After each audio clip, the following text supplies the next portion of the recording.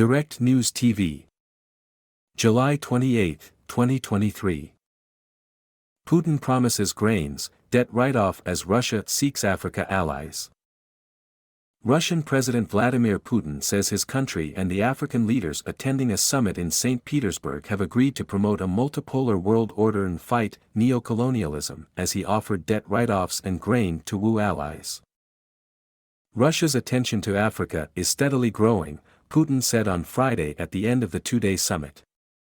The meeting was seen as a test of Moscow's support in Africa, where Russia retains backing despite international isolation sparked by its war in Ukraine. On Thursday, the Russian leader promised free grain to 6 African nations and assured them that Moscow was trying to avert a global food crisis nearly a week after withdrawing from an agreement that allowed Ukraine, one of the world's largest grain producers, to export its farm products across the Black Sea.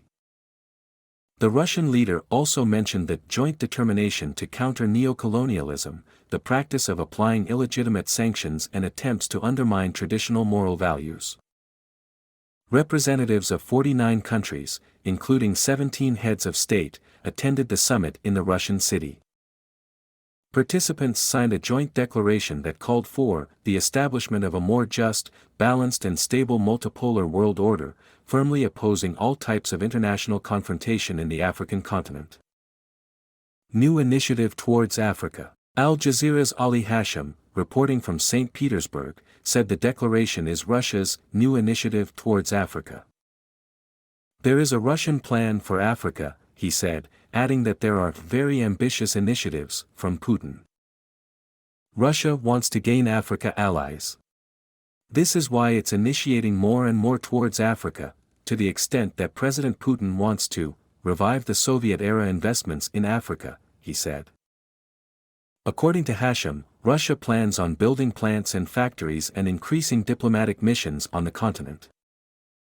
Putin is also promising to maintain grain supplies to Africa after he withdrew from the Black Sea grain deal. He is blaming the West for higher food prices and inflation and said the global economic system is going through significant change. Africa is the new center of power. Its political and economic role is growing exponentially. Everyone will have to take this reality into account, he said. For several years, the Kremlin has openly engaged in diplomatic and economic offensives on the continent and offered security services in the form of the Wagner mercenary army to African governments fending off armed group. But in recent months, Russia has had to speed up its quest for alternatives to European partners. Foreign Minister Sergei Lavrov has toured Africa twice since January, seeking to draw it into Moscow's camp and presenting Russia as a bulwark against Western imperialism and neocolonialism. Calls to end war on Ukraine. African leaders pressed Putin to move ahead with their peace plan to end the Ukraine conflict.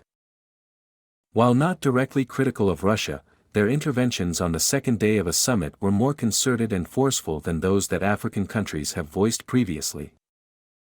They served as reminders of the depth of African concern at the consequences of the war, especially rising food prices. This war must end, and it can only end on the basis of justice and reason, African Union Commission Chairman Moussa Faki Mahamat told Putin and African leaders at the summit. The disruptions of energy and grain supplies must end immediately. The grain deal must be extended for the benefit of all the peoples of the world, Africans in particular. Republic of the Congo President Denis Sassou Nguesso said the African initiative deserves the closest attention, as he called urgently for peace. Senegalese President Macky Sall sought a de-escalation to help create calm, while South African President Cyril Ramaphosa said he hoped that constructive engagement and negotiation could help end the conflict. The summit took place in the wake of the Russian withdrawal from the grain deal. The suspension of the deal, which had helped stabilize global food prices and avert shortages, increased fears of a global food crisis. Putin reiterated that Russia would continue to supply African friends with grain crops both on a contractual basis and free of charge. Putin added the leaders had agreed to improve cooperation on aid, energy and trade, including by consistently switching to national currencies for commercial transactions. The Russian leader also pledged to wipe out the debts of Africa. Many of the leaders had warm words for Moscow's record of support for their countries in their 20th-century liberation struggles, and the final declaration promised Russia would help them seek compensation for the damage done by colonial rule and secure the restoration of plundered cultural treasures. The leaders of Mali and the Central African Republic, whose governments have relied heavily on the services of Russia's Wagner Group, both expressed gratitude to Putin.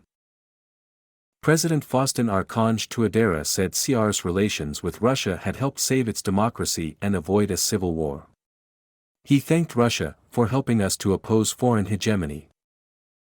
My name is Kingsley. Please like, share, subscribe and hit that notification bell so you can be the first to be notified whenever we post. You won't regret it.